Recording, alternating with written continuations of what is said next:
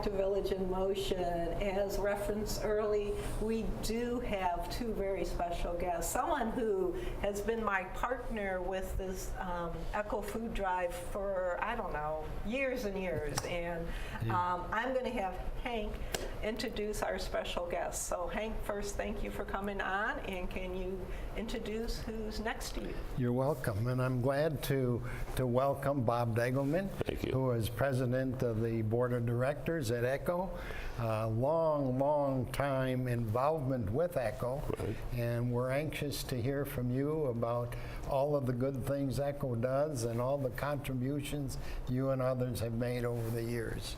And before I let Bob do that, Hank, first talk a little bit about how you got involved in Echo and why you are so passionate about the organization. It's very interesting. When we first moved to Northern Virginia from Wisconsin and were members of St. Bernadette, we got involved with John and Pat Gauthier. Our sons were good friends, and that's about the time Echo was starting. But we weren't involved very long because then we moved to Alexandria, where we lived for 34 years. When we moved to Green Spring, and Paul Quinn, who was the Catholic community's responsible person for the Echo collection, and he was experiencing some health issues. He was looking for somebody to take over. So he approached my wife and me, and we took over, and we've been doing the Echo collection for the Catholic community ever since. There you go. So Bob. Great intro. Thank you very much. And let me just flesh that out a little bit. And also, I want to give you a little bit about Echo's background and also what it does today, how it's grown, and then also talk about our relationship with Green Spring. Those of you who don't know Echo, all of us say it very easily, Echo, but what it stands for is Ecumenical Community Helping Others. And it really, we're getting ready to celebrate our 50th anniversary in May. A lot of people don't realize we started all the way back in 1968 when the then founding pastor of St. Mark's Lutheran up on Backlick Road decided he was the one who had to build his new church in North Springfield. And he looked around, saw the needs of the community, got together 8 other Christian pastors and said, let's respond to the need that is growing in this area. And who would have thought in Northern Virginia, rich Northern Virginia, that we do have people? Exactly. And when you hear how we have grown, you'll realize that the problem is a lot bigger than any of us have ever imagined. But back in 1968, you then had 9 churches that got together, initially informally set up the Springfield Christian Ministers Association, which grew into Echo in 1969. We became a 501c3 in 1969, incorporated under Virginia law, and so we are a corporation that has been around almost 50 years. When we started, just to show you how much we've grown, when we started, it really was just maybe about 15 volunteers who just simply said, we want to adopt needy families in the area. They operated out of their own houses or out of church basements, and they basically adopted 12 families in our first year of operation. Okay, we see, Echo today sees 15 to 20 families a day. Okay?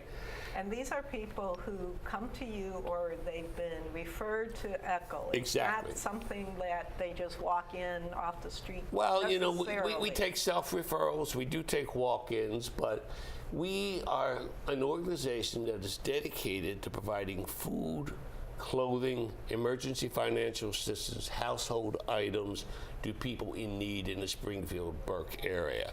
I always say that because there are about 13 groups in Fairfax County, so we're not tripping over each other, and to maximize our impact, we've divvied up service areas.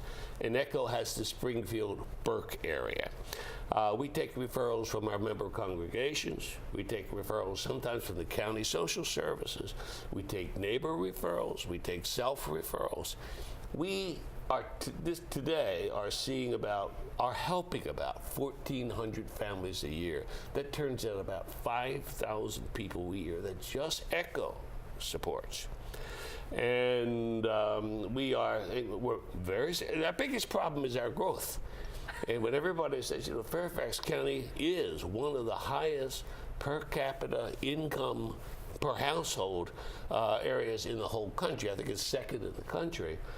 The bottom line is we are one of 13 organizations that is helping 5,000 people just in our immediate service area. What do we do? I mean, people come to us when they're out of food, when they can't pay their bills, when they got a doctor bill they can't afford, when their utilities or their electricity has been turned off, they come to us. I mentioned that we started with 9 churches. We now have grown to 25 churches of every major faith in the Springfield-Burke area. And so we have everything from synagogues to Baha'i temples to, almost every version of Protestant Christianity and 4 large Catholic parishes. And these are organizations who not only supply financial donations, but manpower. Definitely provide manpower. I didn't mention it. We got 400 volunteers at ECHO. And what really surprises people, and surprises ourselves that we've managed to live this long doing it, is we are an all-volunteer organization. We have no payroll, okay? We have 1% overhead, which I will rack up against anybody else that does this business. And so if you give us $1, 99 cents of it goes into program support for people. And let's just take a pause. So yeah. Physically, ECHO is located literally around the corner from Green Spring. It's like maybe what, Hank, about a 5-minute drive? It's over on Old King Mill Road. It's 7205 Old King Mill Road. We finally, back in 2010, bought the lot next door. So we got 7205 and 7209 Old King Mill Road. Our biggest problem is converting that into a parking area. We have so many volunteers that we just don't even have the place for people to park. We are working that with the county right now. I guess the other thing is, whenever I talk about ECHO, I really like to talk about the lifeblood of ECHO, which are the volunteers. I mean, and Green Spring has been fantastic about this over the years. Henry referred to John and Pat Gauthier, who are long-term residents here. John passed away last year. They basically were the founding management team of ECHO. Pat served as its executive director and still lives in Green Spring for 16 years. Right, and she's been on Village in Motion, and as did John. As John has, and as I have in the past. Sure. I guess, what I really want to emphasize is what keeps us going is people that give of their time, their talent, their resources. And I'm not talking about just simply writing checks. I'm talking about a food drive that you have planned. We got churches where they tell people to bring 1 can of food when you come here to church on Sunday, and we get 1,500, 2,000 cans of food on a Monday after people have gone to church. We are local and strictly local. What that means is we provide our services local, and all of our support comes from local. And I have to say that usually right after we've completed a food drive, I become known as the ECHO lady. And I am constantly bombarded with people that, I thought the food drive was this week, or I have more extra food, or people, I sometimes get sons and daughters saying, well, we're emptying out my parents' apartments. We have all this food. Can I give it to you? And this is where I shouldn't say mine, but Green Spring's relationship with Hank and his volunteers come in, because Hank is a godsend for me, because when we started the food drives, it was, well, how do we get all this food over to ECHO? Who has a big enough car or truck or vehicle? And that's when we started partnering more closely with the resident volunteers, because to be honest, I can't physically take all that food that comes in for our food drives. And Hank and his team are the ones that kind of connect the dots. We organize, we bring in the donations, but Hank and his team then takes it from here and brings it over to ECHO. And we get wonderful cooperation from Walt Reeder, who is one of your volunteers at ECHO. And we will in a campus-wide collection, get anywhere from 100 to 200 bags. Now, that's mostly groceries and toiletries.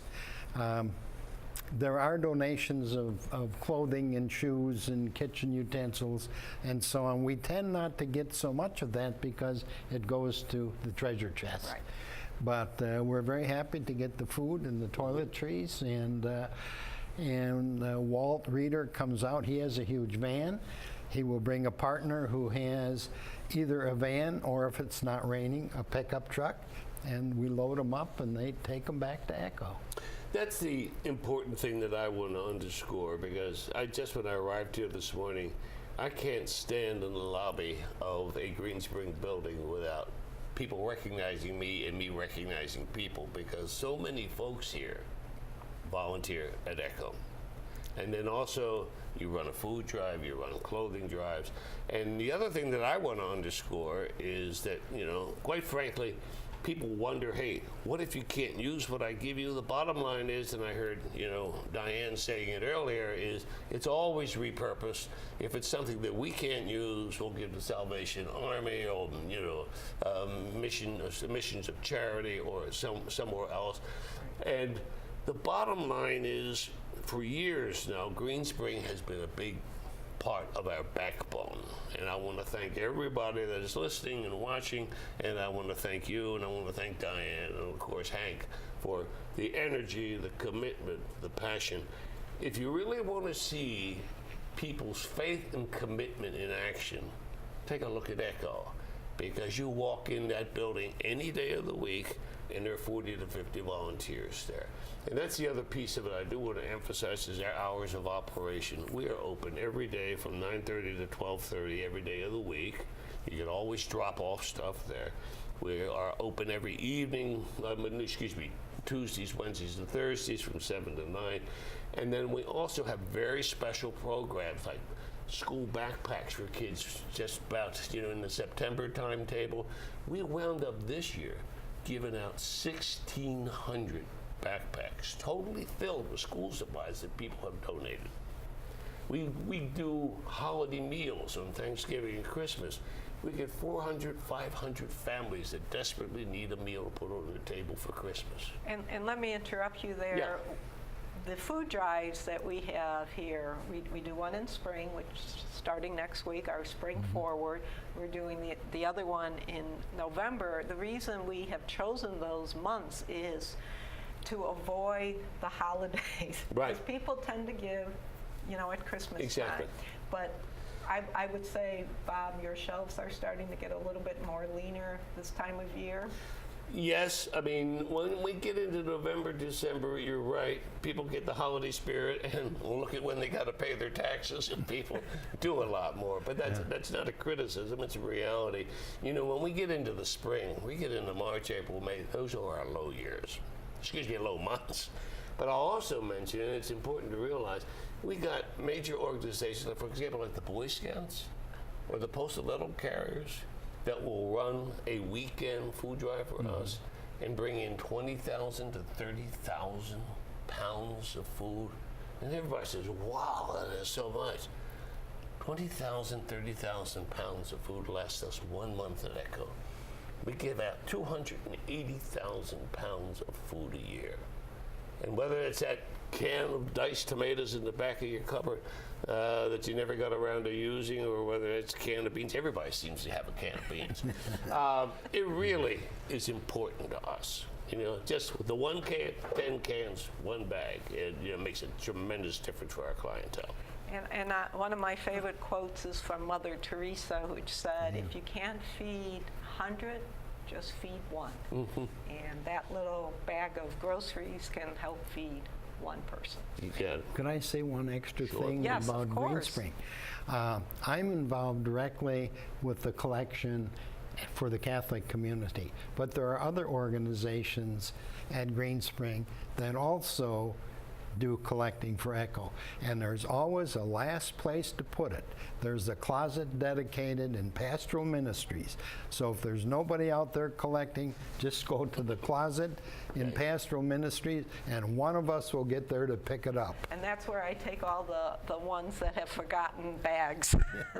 Just bring them down to Pastoral Ministry.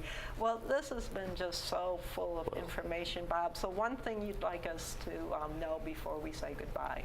One very important thing. One, thank you to the Green Spring community. You are fantastic. The other thing is, whenever I do this, people like to hear the story of how it made a difference in somebody's life. And on Wednesday night is our cleanup night at Echo. And that's how I started Echo 25 years ago, cleaning the place up on Wednesday night. We don't see clients. And very frequently people will drop off donations at the door. You work the door is what you say. And one evening, a couple of years back, I was working the door when someone rapped on the door, and I opened the door, and it was a young Latino woman who was bringing in baby clothes and also food. I always go out of my way to make people feel welcome and to make sure they know how much we appreciate it. So I said, "Thank you so much for your contribution." She looked at me and said, "No, don't thank me, I thank Echo. 5 years ago, I was in an abusive relationship with a child out of wedlock, and I had nowhere to go. I came to Echo. You folks helped me get set up an apartment, gave me food, clothing, the financial assistance I needed. I am now married. I have 3 children, and I'm married to a doctor whom I love. Thanks, Echo. You are the ones who turned it around for me." There are stories like that everybody's got that works at Echo. So thanks again for your hospitality and support. It's our pleasure. Hank, do you have anything you'd like to add? Just keep on filling up our baskets, especially next week between the 13th and the 16th. Have it there by 10 a.m. on the 16th, because that's when Walt and his partner will be out here to pick it up, and that's when it has to be delivered to Echo. So, and if you kind of forget, like I said, just bring it down to channel 6-1 and we'll take care of it. So thank you so much for coming, and I look for a great... Oh, I should say one other thing. Sure. I mentioned the collection of non-perishable food and the toiletries, but when we collect at Green Spring, we also accept checks. And if you write out a check to Echo, just put it in the collection basket that comes around. Some people even give us cash cards. We take those cash cards and deliver them right to Echo, and they get used. Yeah. Thank you, Hank, for that reminder.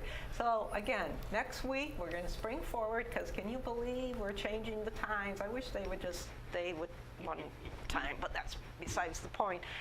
So we're springing forward, starting next Tuesday, going till Friday at 10 a.m. And just remember your neighbors. All the front desk will have grocery carts. They'll be labeled, and if you can only give 1 can of food, fine. If you can give more, that's good too. So go ahead and help your neighbors.